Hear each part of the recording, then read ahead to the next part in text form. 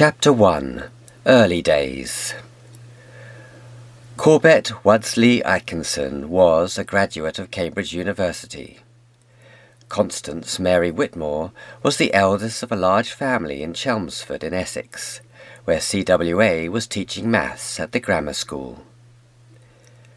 Constance's father, Frank Whitmore, was an architect and surveyor, born in 1842. He had spent some time in China, working for the Chinese government on opening up some English settlements on the Yangtze Kiang. 2 years after his arrival in China, he was sent to help in the rebuilding of part of Yokohama in Japan, which had been destroyed in the terrible fire of 1866. He stayed in Yokohama for 2 years, a family connection with Japan some 120 years before his great-great-grandson Simon first went to Japan, and even longer before 5.5 Japanese great-great-great-grandchildren and, at the time of writing, 1 great-great-great-great-grandson were born there. Frank later became, in turn, district surveyor to the Chelmsford Highway Board, county surveyor of West Suffolk, and then county architect for Essex. He had other interesting posts as surveyor to a canal company, and he was the provisional mayor of Chelmsford when the town gained incorporation as a borough.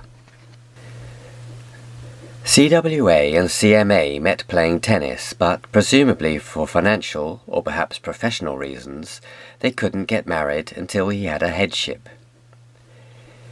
In 1898, Corbett was appointed headmaster of Normington Grammar School, and they were married that year. A daughter, Violet, was born in 1900, and Thomas Kenneth Whitmore Atkinson was born on the 26th of January 1902. CWA was said to have been largely responsible for the resuscitation of the Normington Grammar School, and in 1904 was appointed headmaster of Ilkley Grammar School with the aim of achieving a similar resuscitation.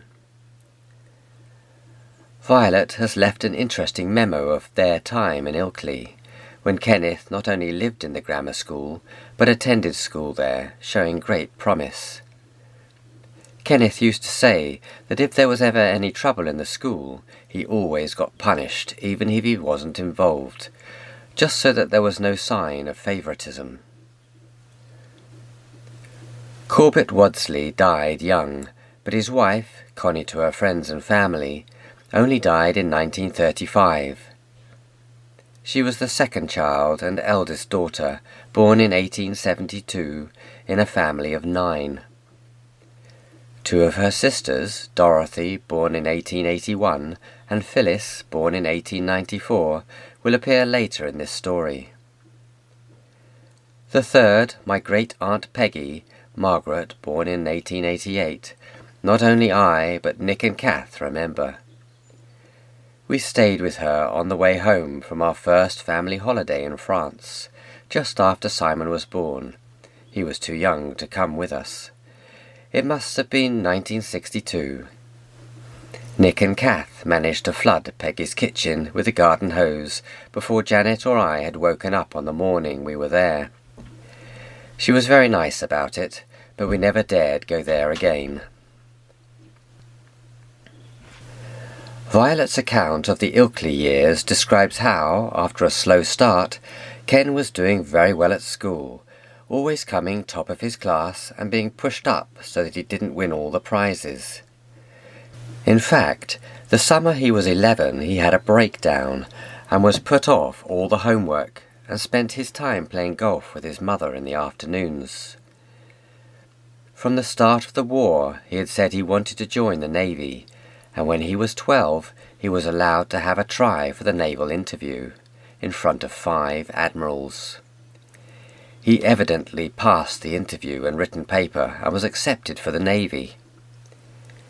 His school report for that spring term, dated the 22nd of April 1915, shows that his best subjects were divinity, religious studies in later parlance, German, and algebra and geometry, in which subjects he was top. He was also in the top 3 in English, arithmetic and physics. Overall, he was third in a class of 18. This seems a very small class, but the truth may be that the school had been struggling against competition from bigger and better funded schools, notably Bradford Grammar. Mr. Atkinson's aim was to bring the school into line with the public schools of the north of England, and small classes would be beneficial. In any case, it was still a very small school, with only 165 pupils at its inspection in 1909. The other interesting thing about the terminal report of April 1915 is that, although Ken was only 13, as we know, the average age of his class was 15 years and 1 month. He was 2 years ahead of his age, and still came third in the class, or form as they called it. No wonder that Ken had to have that time off school because he had been working too hard. It seems he was also pretty small for his age. His height was given as 4 foot 9 3/4 inches, 146.7 centimetres, and his weight was 5 stones 7 1/4 pounds, just over 36 kilograms. Apart from Ken's own wish to join the Navy, his father had a strong sense of public duty and had introduced cadet training to Ilkley Grammar School. It was a period of strong patriotic enthusiasm, perhaps before the worst horrors of war had come home to most people. At any rate, on the 23rd of July 1915, Mr. T.K.W. Atkinson received a letter from the Admiralty, addressed Sir, appointing him to HMS Racer for the Royal Navy College, Osborne, from 15th of September 1915, directing him to join on the 16th of September. He was 13 years and 8 months old. That was the start of Ken's 27-year career in the Navy, which took him overseas to many parts of the world, including 3 times to the Far East, but initially to the Isle of Wight, Queen Victoria's palace at Osborne House, which for a fairly short period before and during World War I was used as a preparatory department to the Royal Naval College, Dartmouth. How different communications were in those days. There were few private cars and not many telephones. No texting or emails or internet, of course. Long journeys, such as Ilkley to Portsmouth, were by steam-hauled train, and communications were normally by a very efficient postal service, with telegrams for emergency. Telegrams were like tweets. One had to cram the message into as few letters as possible because charges were by the word. Transmission was by Morse code, and letters got left out and the message could be garbled. The post, on the other hand, was very efficient. Letters and postcards were collected and delivered several times a day. Ken wrote 2 postcards on the journey to the Isle of Wight. The first, postmarked 8 p.m, 14th of September 1915, from Paddington Station in London, and the second, 7:45 p.m, the 16th of September 1915, from Cowes. A couple of days later, the 19th of September, he wrote his first letter to his mother. The language of that first letter is quaintly old-fashioned to the modern ear. It must seem absolutely ridiculous to younger people, but we have to remember that it was normal for Ken's time more than 100 years ago. Here is Cadet Atkinson's first letter home, dated September 1915. On Thursday we travelled from London in a ripping first-class saloon with a third-class ticket. When we arrived at Portsmouth, we were all mustered and taken to a hotel, not the Keppel's head hotel, and when we had finished dinner we went on to the pier, where we were formed up in 2 lines and had our health certificates taken from us, and we were inspected by an admiral, I don't know who. Up against the pier was a cruiser, the Terrible, which was taking thousands of troops off to the Dardanelles. I wonder if Uncle Ernest was there.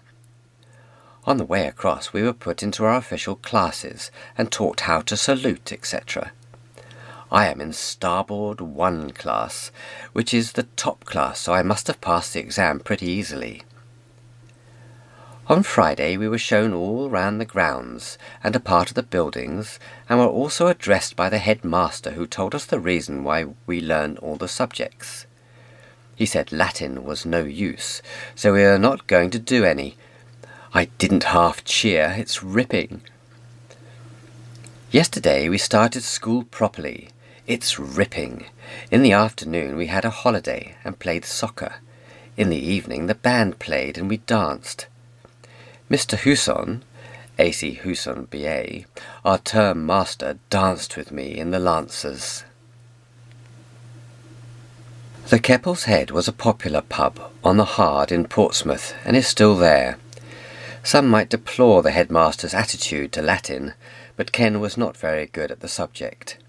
He had been 12th out of his 18 in that school report, his worst subject, and he was clearly glad to be rid of it.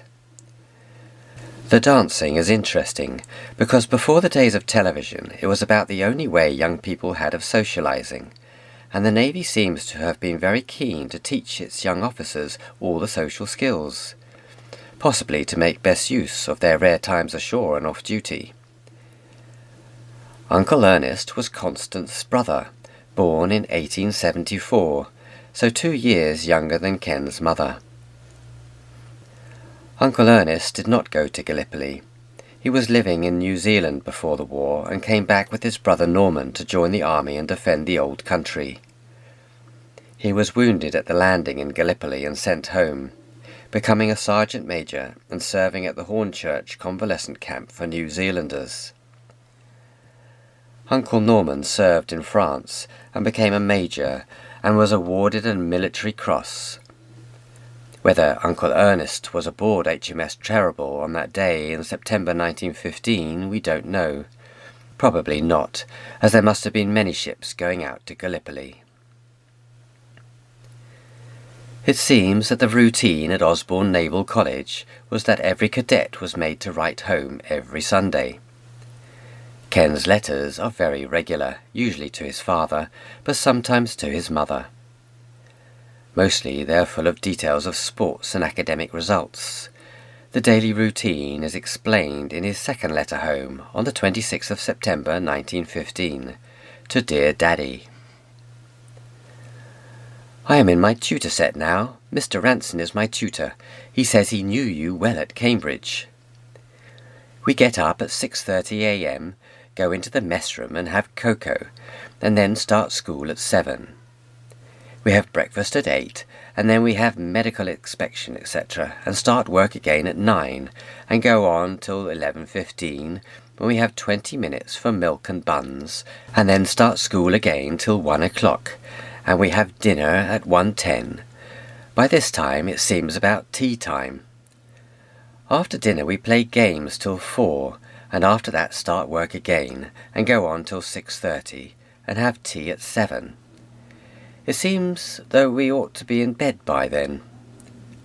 After tea we have prep for 3/4 of an hour, and then dance and listen to the band, till we have to go to the dormitories, and the commander makes his rounds at 9 p.m. We have to fold up our clothes all in exactly the same way, everything folded up exactly right and in the right place. We have huge, big kind of night lights banging up in the dormitory all night. They are horrid things. The senior terms here can do what they like with you. They ask you all sorts of questions, and if you don't get to answer them properly, they give you a good licking. Work was mainly the usual schoolwork, and Ken continued to do well in most subjects. In German he started in the bottom class because placings went by how they did in the Latin and French exams, but later he was put in the top class.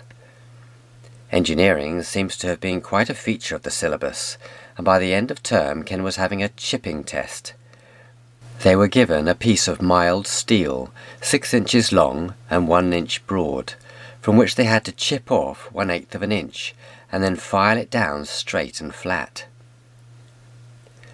The sports, every afternoon, included rugby, soccer, hockey, squash and a regatta, though it is not clear whether this was rowing, pulling as the Navy called it, or sailing.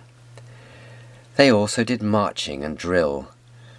The family seemed not to have been familiar with squash, or squash rackets as it was called in those days. On the 26th of September, Ken said he had been playing squash rackets and rather liked it, and a week later he gave his mother a detailed description of the game.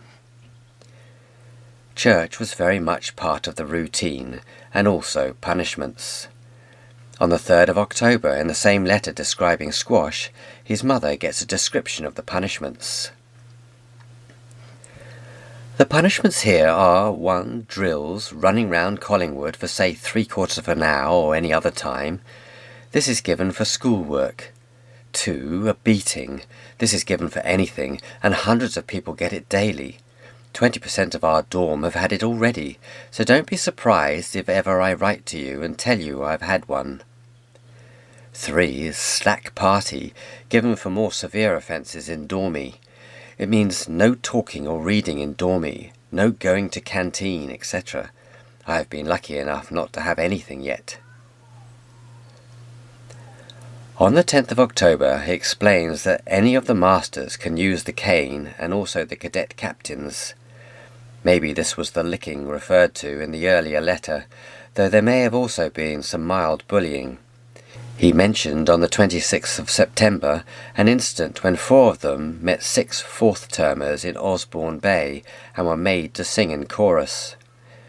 At any rate, by the 24th of October, he still had not had a whacking. However, by the 14th of November, retribution had caught up with him, and the commander gave him 1 day's punishment, B. That is 1 30-minute drill, doubling round Collingwood with a few spells of marching in between.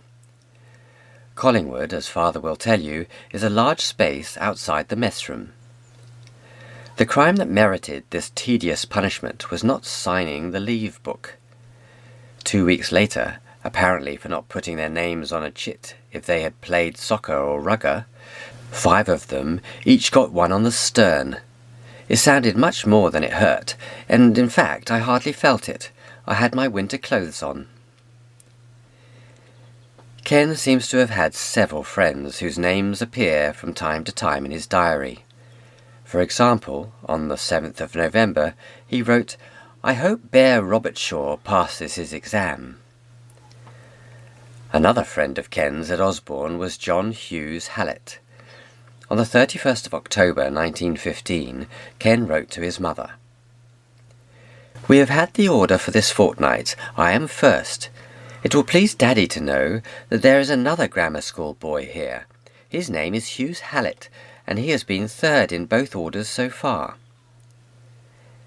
This is interesting for 2 reasons. Firstly, it shows how hard Ken was working, or perhaps it shows that he found schoolwork pretty easy. One might also wonder what was so special about grammar schools. Most of Ken's classmates would have been from what we call now private or fee-paying sector, the public schools. The Navy in those days was a very upper-class organisation as far as the officers were concerned, and it seemed that most officers were from public schools. In fact, many entered from public schools at a later age than Ken. The grammar schools were selective, but drew clever children from all classes of society. Scholarships were available for children who couldn't afford the fees.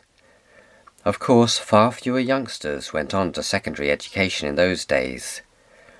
Ken's dad, as mentioned, was a grammar school headmaster who was trying to raise the standard of Ilkley Grammar School to that of a local public school, so naturally Ken went to that school, and no doubt his dad was very proud of the fact that he did so well. Notice that Hughes Hallett was also doing well, and by the 14th of November Ken was writing, "I am first in the order this week, and Hughes Hallett, the other grammar school boy, is second." Ken still first, but Hughes Hallett up from third to second, and just to remind his parents he mentions the grammar school again. His college report for that first term shows that he was first overall out of 110 in the whole term group, and well up in the top group in all individual subjects, after a bit of a dodgy start in German. It is uncanny how my own Latin was relatively poor too, but I took to German readily. He was fourth out of 102 in engineering, which seems to have been separate from the other subjects, so his chipping must have been pretty good. Daddy Ranson commented that he had done a most satisfactory first term's work. However, he was only 38th out of the 109 in the seamanship exam, and absent from most of the other exams. The reason for that will appear later. Remembering that this first term as a trainee naval officer took place during World War I, it is curious how little reference there is in Ken's letter to that terrible war. Apart from the reference to his Uncle Ernest in his first letter, there is virtually nothing. Of course, it was before the days of radio, let alone television. Cars, or motor cars as they were called then, were not common, and aircraft would have included airships, rare. On the 17th of October 1915, in a PS at the end of a letter to his mother, Ken writes, "The other day 3 aeroplanes and 1 airship came over. The airship came right over the buildings, and not more than 20 feet above the buildings. There were 2 midshipmen in it, and they dropped a note in Collingwood." I don't suppose the authorities were too pleased about that dangerous way of revisiting your old school. The only other reference to the war I have found was on the 21st of November 1915, when he writes to his father about a Russian flag day. Wives of the officers went round selling flags. I should think they made a tremendous amount, because everybody bought one, and most gave about 6p. 6d, or old pence, would be equivalent to a 2.5 piece in today's money, but of course worth a lot more in 1915. A little earlier, Ken congratulates his mother on collecting £103 for Serbian hospitals.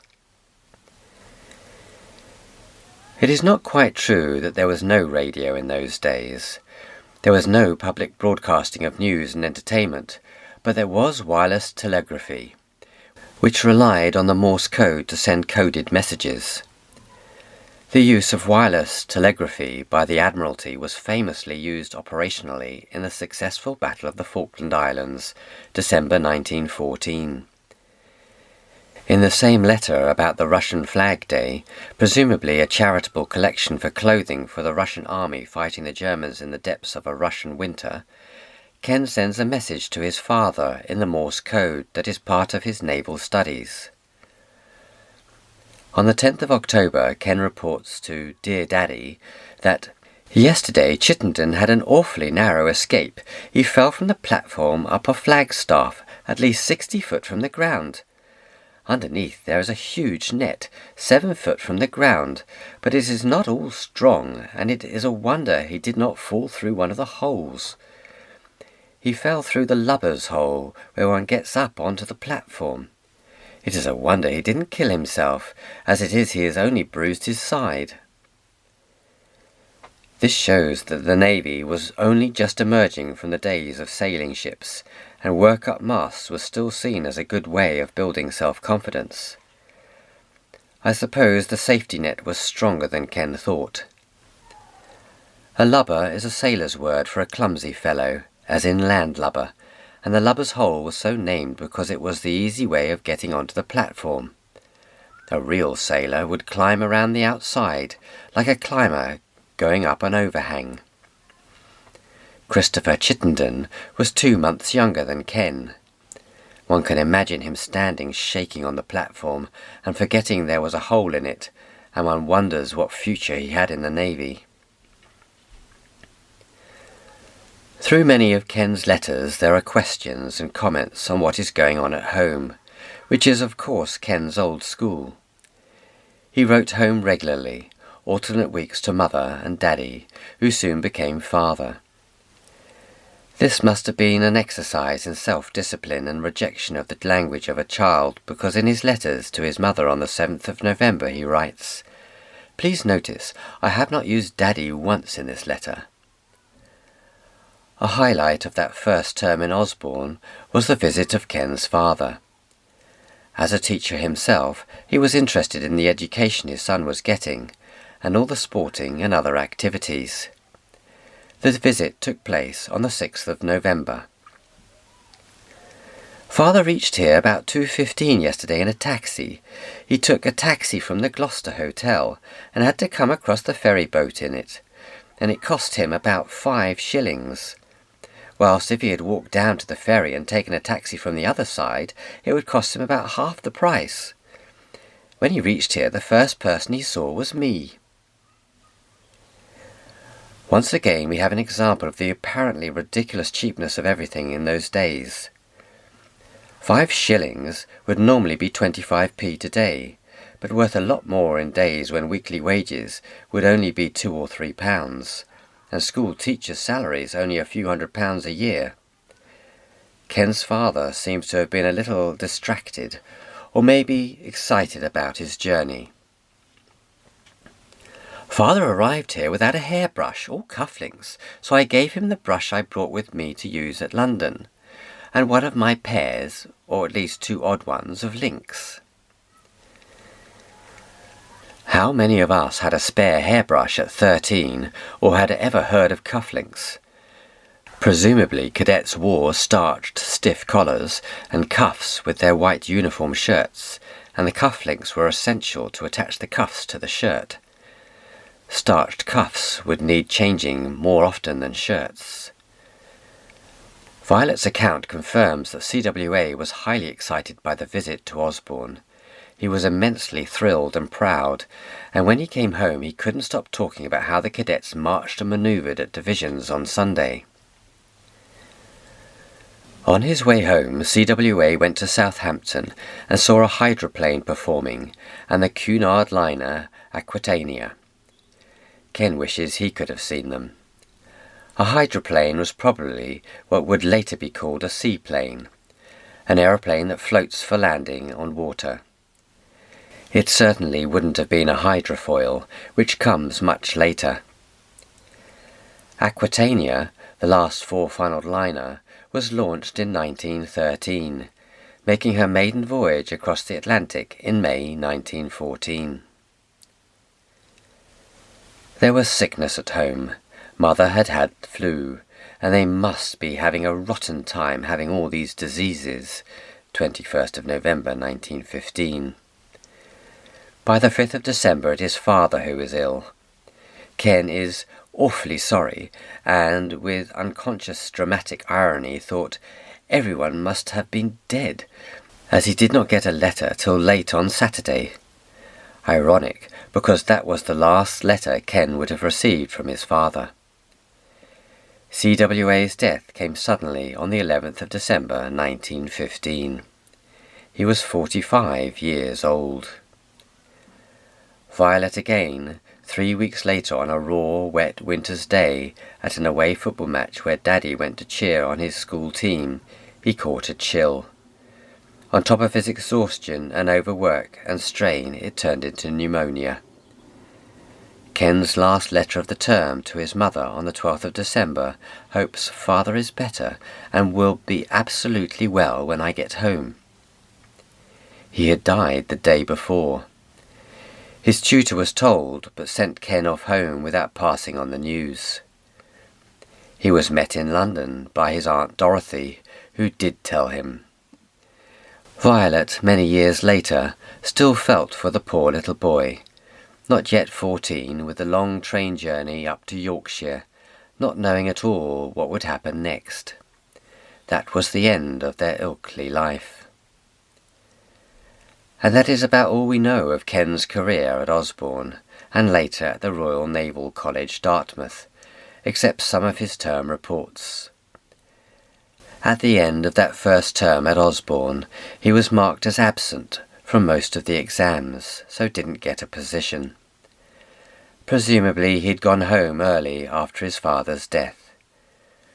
During the next year, 1916, he had consistently good reports, and his overall position in each of the 3 terms was first out of the 90 cadets in his term. In individual subjects he was generally in the first 3, with the occasional 10th or 12th, and one disastrous 67th in English, which he quickly recovered from. Perhaps he was trying too hard, so as not to let down the expectations of his recently deceased father.